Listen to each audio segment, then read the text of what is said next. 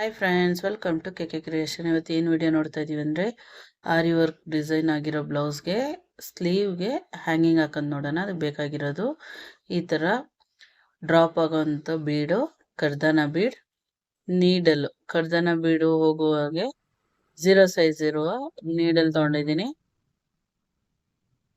ಇದಕ್ಕೆ 2 ಎಳೆ ದಾರ ಹಾಕ್ಕೊಂಡಿದ್ದೀನಿ. ಇವಾಗ ಸ್ಲೀವ್ ಜರಿ ನಾವು ಸ್ಟಿಚ್ ಮಾಡಿರ್ತೀವಲ್ಲ ಅಲ್ಲಿಗೆ ಪಂಚ್ ಮಾಡಿ ದಾರ ತಗೋತಾ ಇದ್ದೀನಿ.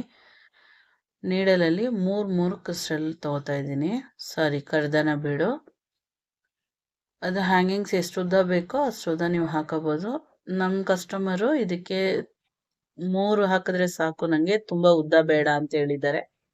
ಹಾಗಾಗಿ 3 ಬೀಡ್ ಹಾಕಿದ್ದೀನಿ. 3 ಬೀಡ್ ಹಾಕಿ ಒಂದು ದೊಡ್ಡ ಹ್ಯಾಂಗಿಂಗ್ ಬೀಡ್ ಹಾಕಿದ್ದೀನಿ. ಅದೇ ಒಂದು 2 ಸತಿ ಸ್ಟಿಚ್ ಮಾಡಿಬಿಟ್ಟು ತಿರ್ಗಾ ಕರ್ದಾನ ಬೀಡ್ ಒಳಗಡೆನೆ ನೀಡಲ್ ತಂದು ಆಚೆ ತಗೋಬೇಕು. ನೋಡಿ ಈ ಥರ.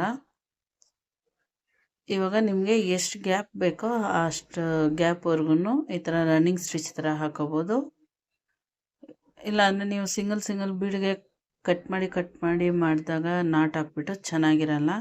ಇದೇ ಥರ ರನ್ನಿಂಗ್ ಆಗಿ ಹೋಗ್ತಾ ಇದ್ದರೆ ಚೆನ್ನಾಗಿರುತ್ತೆ. ಈಗ ತಿರ್ಗಾ ನಾನು 3 ಬೀಡ್ ತೊಗೊಂಡಿದ್ದೀನಿ. ಕರ್ದಾನ ಬೀಡು,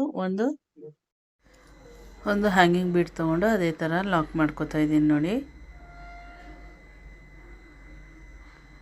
ತಿರ್ಗಾ ಕರ್ದಾನ ಬೀಡ್ ಒಳಗಡೆ ನೀಡಲ್ನ ತೆಗೆದು ಆಚೆ ತಗೋತಾ ಇದ್ದೀನಿ.